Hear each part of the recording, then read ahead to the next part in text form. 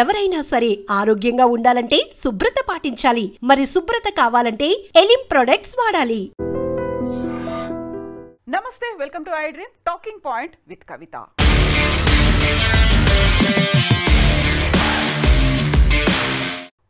Gust of wind, burst of fire గా Dassault Rafale ని అభివర్ణిస్తుంటారు. Dassault Rafale యుద్ధ విమానం, ఫైటర్ జెట్ ఫ్రాన్స్ తయారు చేసింది. ఈ 2 సీటర్ ట్విన్ ఇంజన్ ఉన్నటువంటి ఈ 2 సీటర్ ఒకవైపు ఎయిర్ ఫోర్స్, మరోవైపు నేవీ కూడా ఉపయోగపడేలా మల్టీ రోల్ ఉన్నటువంటి fighter jet for the first time operation సింధూర్లో ఫుల్ ఫ్లెడ్జ్డ్గా భారతదేశం ఒక యుద్ధం కోసం ఉపయోగించుకున్నటువంటి ఫైటర్ జెట్ విమానం ఇది. దీనికి సంబంధించే ఇప్పుడు బోల్డ్ అంతా డిస్ఇన్ఫర్మేషన్ వస్తోంది అనుకుంటూ దసో ఏదైతే రఫేల్ని తయారు చేసిందో ఆ కంపెనీ యాజమాన్యం అనౌన్స్ చేసింది. బేసిక్గా ఈ యుద్ధ విమానానికి సంబంధించి ఆపరేషన్ సింధూర్ తర్వాత బోల్డ్ అన్ని వార్తలు అయితే వచ్చాయి. యాక్చువల్గా మన chief of defence staff general Anil Chauhan చెప్పినటువంటి మాటల ప్రకారం ఏదైనా యుద్ధం జరిగింది అంటే ఫలితాన్ని చూడాలి, ఆ తర్వాత అక్కడ ఎన్ని విమానాలు పోయాయి వీటన్నిటి గురించి పట్టించుకోవద్దు అని. అక్కడే వస్తోంది ఒక డౌట్ అనేది, బోల్డ్ అన్ని అనుమానాలు, భిన్నాభిప్రాయాలు వ్యక్తమవుతున్నాయి రఫేల్ యుద్ధ విమానానికి సంబంధించి. యాక్చువల్గా పహల్గాం ఇన్సిడెంట్ తర్వాత భారతదేశం ఆపరేషన్ సింధూర్ని చేపట్టింది. 9 ఉగ్ర స్థావరాలతో పాటుగా వైమానిక స్థావరాల మీద పాకిస్తాన్ మీద ప్రెసిషన్ స్ట్రైక్స్ చేసింది భారతదేశం. అక్కడ అనుకున్న లక్ష్యాన్ని చాలా క్లియర్గా, ప్రిసైజ్డ్గా భారతదేశం కంప్లీట్ చేసుకొని వచ్చింది. ఆపరేషన్ సింధూర్ సక్సెస్ అయినట్టుగా అనౌన్స్ చేసింది. కరెక్ట్గా అదే సమయంలో పాకిస్తాన్ కూడా మన భారతదేశానికి చెందినటువంటి యుద్ధ విమానాలని మేము కూల్ చేశాము అని అనౌన్స్మెంట్ చేసింది. అందులోనూ ఆపరేషన్ సింధూర్ జరిగిన సమయంలో పాకిస్తాన్కి ఎంత నష్టం జరిగింది అనేది మనం చెప్తూ వచ్చాము. బట్ మనకు కూడా అదే స్థాయిలో నష్టం జరిగింది అని పాకిస్తాన్ అప్పటి నుంచే వార్తలు ప్రచురించడం మొదలుపెట్టింది. అందులోనూ ప్రధానంగా 5 యుద్ధ విమానాల్ని మేము కూల్ చేశాము. భారత్కు చెందినటువంటి ఆ 5 యుద్ధ విమానాల్లో 3 రఫేల్ ఫైటర్ జెట్లు కూడా ఉన్నాయని పాకిస్తాన్ అప్పుడు అనౌన్స్ చేసింది. అదే టైంలో మన డిఫెన్స్ అధికారులు, త్రివిధ దళాలకి చెందినటువంటి అధికారులు కూడా దానికి సంబంధించి ఎన్ని విమానాల్ని నష్టపోయాము అనేటువంటి మాటని చెప్పలేదు. ప్రతిపక్షాలు కూడా, అఖిలపక్షం కూడా దాన్ని డిమాండ్ చేశాయి. మనకు జరిగినటువంటి నష్టం ఎంత, ఫైటర్ జెట్లు కూలిపోయాయా అనేటువంటి వివరాల్ని అందించమని. Chief of defence staff general Anil Chauhan చెప్పిన దాని ప్రకారం ఒక ఎగ్జాంపుల్ కూడా ఆయన చెప్పారు. టెస్ట్ మ్యాచ్ మనం గెలుస్తాము, అక్కడ ఫలితం అనేది చాలా ఇంపార్టెంట్ ఉంటుంది. ఎన్ని ఓవర్లలో గెలిచాము, అంతకుముందు ఎన్ని వికెట్లు పోయాయి, ఎంతమంది రన్అట్ అయ్యారు, ఇలాంటి లెక్కలు అవసరం లేదు. కరెక్ట్గా టెస్ట్ మ్యాచ్ మనం గెలిచామా లేదా అదే ప్రామాణికంగా తీసుకోవాలని. బట్ టెస్ట్ మ్యాచ్తో యుద్ధాన్ని పోల్చడానికి కుదరదు. కాబట్టి యాక్చువల్గా ఇక్కడ నష్టం అనేది ఎంత జరిగింది, మనం ఎన్ని కోట్లని కోల్పోయాము, లేకపోతే తీసుకోవాల్సినటువంటి ఒక జవాబుదారీతనం అనేది మిస్ అయింది అనేది ప్రతిపక్షాలు ముందు నుంచి చెప్తున్నాయి. అదే వాదన ఇప్పుడు కూడా చెప్తున్నాయి. కరెక్ట్గా పాకిస్తాన్ లేవనెత్తినటువంటి ఈ వాదనని చైనా కూడా తనకి అనుకూలంగా మలుచుకునే ప్రయత్నం చేస్తోంది. చైనా తయారు చేసినటువంటి యుద్ధ విమానాల్ని ప్రపంచానికి అమ్మాలి అనే ఉద్దేశంతో ఇప్పుడు మిస్ఇన్ఫర్మేషన్ని స్ప్రెడ్ చేస్తోంది. అది కూడా 1000కి పైగా ఆపరేషన్ సింధూర్ జరిగిన తర్వాత సోషల్ మీడియా అకౌంట్లని ఆపరేట్ చేయడం మొదలుపెట్టింది. దీంతో పాటుగా అక్కడ ఉన్నటువంటి సెలబ్రిటీస్ కావచ్చు, పొలిటీషియన్స్ కావచ్చు, అక్కడ ఉన్నటువంటి పబ్లిషింగ్ సంస్థలు కావచ్చు, ఈ ఇన్ఫర్మేషన్ని స్ప్రెడ్ చేస్తున్నారు. ఇదంతా ఫేక్ ఇన్ఫర్మేషన్ అంటూ దసో అనౌన్స్ అయితే చేసింది. యాక్చువల్గా ఎందుకని రఫేల్ యుద్ధ విమానం మీద ఇంత తీవ్ర స్థాయిలో చర్చ జరుగుతోంది? కరెక్ట్గా ఏప్రిల్లోనే భారతదేశం అప్పటిదాకా ఎయిర్ ఫోర్స్లో యూజ్ చేసుకున్నటువంటి రఫేల్ యుద్ధ విమానాలన్నీ నేవీలో కూడా యూజ్ చేసుకోవాలి అనే ఉద్దేశంతో 63,000 కోట్ల ఒప్పందాన్ని కుదుర్చుకుంది. 26 యుద్ధ విమానాల్ని, రఫేల్ యుద్ధ విమానాల్ని నేవీ కోసం కొనుక్కోవాలి అనేటువంటి ఒక అగ్రిమెంట్ చేసుకుంది. At the same time Indonesia కూడా రఫేల్తో ఒప్పందం కుదుర్చుకుంది. దాదాపు 42 రఫేల్ యుద్ధ విమానాల్ని మేము కొనుగోలు చేస్తామని. ఇక రఫేల్కి సంబంధించి చూస్తే దీన్ని యాక్చువల్గా ఎందుకని gust of wind burst of fire అని చెప్తూ ఉంటారు. యాక్చువల్గా ఇది గాలి కంటే చాలా వేగంగా ఉంటుంది. అలాగే ఉప్పెన ఉత్పాతం అనేది ఒకేసారి అగ్నిగోళం బద్దలవుతే ఎంతైతే వేడి లేకపోతే ఎంతైతే అగ్ని ఉత్పన్నం అవుతుందో అంత రఫేల్ యుద్ధ విమానంతో వస్తుంది అనేటువంటిది దసో ముందు నుంచి చెప్తోంది. ఇప్పటిదాకా 300కు పైగా యుద్ధ విమానాల్ని 8 దేశాలకి అమ్మింది దసో రఫేల్ ఫైటర్ జెట్లని. సో ఇది twin engine multi role aircraft. దీంట్లో ఉన్నటువంటి కెమెరాలు కావచ్చు, సెన్సర్లు కావచ్చు, రాడార్ కావచ్చు, చుట్టుపక్కల ఉన్నటువంటి యుద్ధ విమానాల్ని లేకపోతే మిసైల్స్ని, డ్రోన్స్ని ఐడెంటిఫై చేసేలా ఇంటెలిజెన్స్ టెక్నాలజీ అనేది వీటికి ఉన్నటువంటి సెన్సర్స్, రాడార్స్, కెమెరాస్కి ఉంటుందని చెప్తూ ఉంటారు. సో ఈ ఇండియన్ ఎయిర్ ఫోర్స్ ఇప్పటికీ 36 రఫేల్ యుద్ధ విమానాల్ని వాడుకుంటోంది. దీంతో పాటుగా రష్యాకు చెందినటువంటి MiG-29 కూడా వాడుతోంది.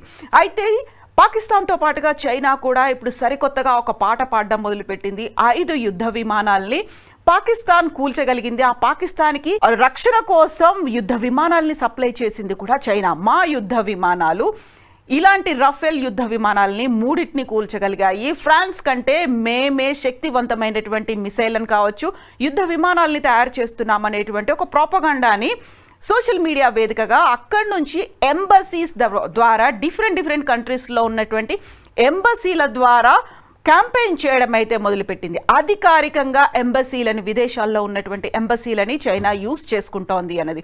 దీనికి ప్రధానమైనటువంటి కారణం భారతదేశం 63,000 కోట్ల ఒప్పందాన్ని రఫేల్తో కుదుర్చుకుంది, దసోతో కుదుర్చుకుంది. At the same time Indonesia కూడా 42 యుద్ధ విమానాల్ని కొనుగోలు చేస్తామని.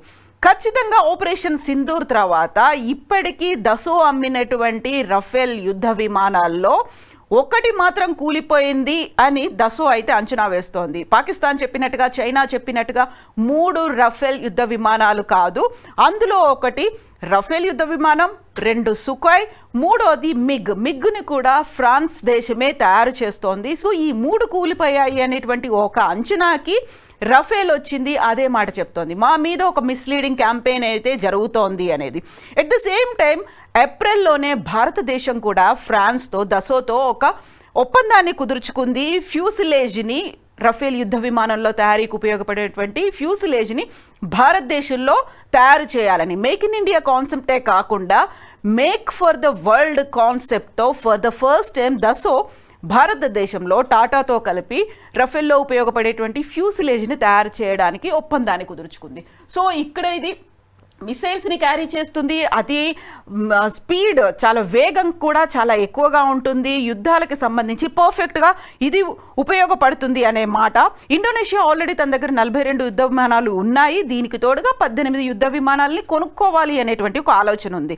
At the same time French navy, air force కూడా రఫేల్ యుద్ధ విమానాన్ని ఉపయోగిస్తున్నాయి. దీంతో పాటుగా Egypt, Qatar, India, Greece, Croatia and United Arab Emirates దీన్ని వాడుతూ ఉన్నాయి. ఇప్పటికీ తమ డిఫెన్స్ సిస్టంలో రఫేల్ని ఒక భాగం చేసుకున్నాయి. అయితే ఖరీదు కొంచెం ఎక్కువగా ఉంటుంది అనేటువంటి భావనతో ఫ్రాన్స్ నైబరింగ్ స్టేట్స్ మాత్రం దీన్ని తమ డిఫెన్స్ సిస్టంలో, డిఫెన్స్ వ్యవస్థలో ఉపయోగించుకోలేదు. బట్ ఇక్కడే వస్తున్నటువంటి ప్రధానమైనటువంటి మెయిన్ క్వశ్చన్, ఆపరేషన్ సింధూర్లో మన యుద్ధ విమానాలకి ఎంత తీవ్ర స్థాయిలో నష్టం జరిగింది అనేది. సో పాకిస్తాన్ చెప్తున్నటువంటి లెక్కలు 6 అనేది ఉంది, చైనా చెప్తోంది 5 యుద్ధ విమానాలని. బట్ ఫ్రాన్స్, దసో మాత్రం ఒక మాట చెప్తోంది, 3 యుద్ధ విమానాలు పాకిస్తాన్లో ఆపరేషన్ సింధూర్ సమయంలో కూలిపోయాయి అనేది.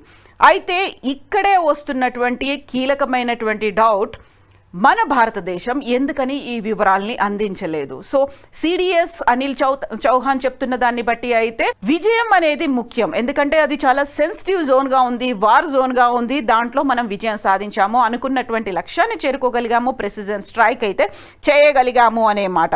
బట్ ఇక్కడే వస్తున్నటువంటి డౌట్స్కి క్లారిటీ ఎవరిస్తారు అనేది.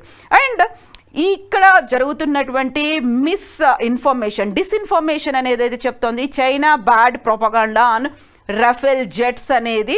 ఫ్రాన్స్కి చెందినటువంటి పబ్లిషింగ్ హౌసెస్ అయితే అటు ప్రింట్ మీడియా, ఇటు నేషనల్ మీడియాలో కూడా చాలా తీవ్ర స్థాయిలో వస్తున్నాయి. చైనా కుయుక్తులు పన్నుతోంది, తమ ఉత్పత్తి చేస్తున్నటువంటి రఫేల్ యుద్ధ విమానాలకు సంబంధించి అమ్మకాలను దెబ్బతీసేందుకే దౌత్య కార్యాలయాల్లో రక్షణ శాఖ అధికారులు ఇలాంటి ప్రోపగాండాన్ని స్ప్రెడ్ చేస్తున్నారు అనేది. రఫేల్ను యాదృచ్ఛికంగా లక్ష్యంగా చేసుకోలేదు. శక్తివంతమైన యుద్ధ విమానం ఫ్రాన్స్ సామర్థ్యానికి ప్రతీక.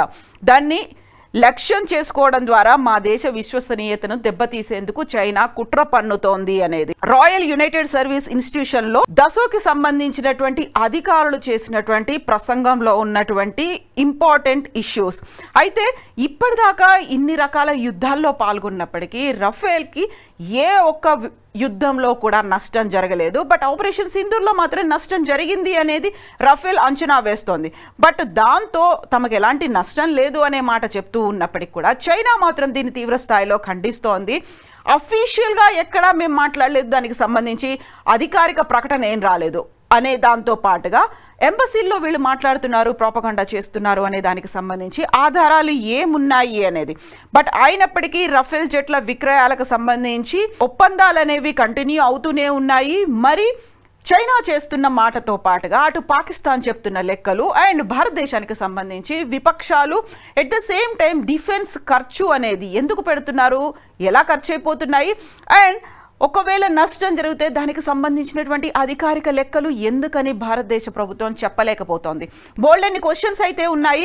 బట్ రఫేల్ యుద్ధ విమానానికి సంబంధించి ఆ శక్తిని రఫేల్ మీద దసో మీద అయితే బోల్డంత నమ్మకం ఉంచినప్పటికీ భారతదేశం ఎప్పటికైనా జరిగిన నష్టం, ఎన్ని యుద్ధ విమానాల్ని కోల్పోయింది అనేదాన్ని వివరాలు వెల్లడిస్తుందా, ఇప్పటికైనా నోరు తెరిచి మాట్లాడాల్సినటువంటి అవసరం ఉంది అని చైనా చేస్తున్నటువంటి డిస్ఇన్ఫర్మేషన్, బ్యాడ్ ప్రోపగండా తర్వాత అడుగుతున్నటువంటి క్వశ్చన్స్. బట్ మీరేమనుకుంటారు? యాక్చువల్గా యుద్ధం జరిగింది, విజయం సాధించాము, అక్కడ జరిగినటువంటి నష్టానికి ఒక అంచనా వేయాల్సిన అవసరం ఉందా, లేకుంటే అధికారికంగా ఒప్పుకోవాల్సిన అవసరం ఉందా, లేదు మనం విజయం సాధించాము అని వదిలేయాలా? విపక్షాలు అండ్ చైనా పాకిస్తాన్ చెప్తున్నటువంటి మాటలు ఇవన్నీ చూసిన తర్వాత మీరేమనుకున్నారు? కామెంట్స్ రూపంలో తెలియచేయండి. నిజంగా ప్రస్తుతం ఉన్నటువంటి సమాజం దేనికి ప్రయారిటీ ఇస్తుంది? ఆర్థిక సంబంధాల చుట్టూ మాత్రమే తిరుగుతుంది. మళ్ళీ ఎన్నికలంగానే చాలా విరక్తి కలుగుతుంది. మంచి అనిపిస్తుంది కదా, లేడీస్ కూడా ఛాలెంజింగ్ జాబ్స్ చేసినప్పుడు చాలా బాగుంటది. ట్రాఫిక్ అసిస్టెంట్స్ గా నియమించిన ట్రాన్స్జెండర్స్ అందరితో సాల్యూట్ చేయించుకుంటున్నారు. ఫుడ్ డెలివరీ ఇవ్వటానికి వెళ్ళినటువంటి డెలివరీ బాయ్ అనిల్ పై కళ్ళ ముందు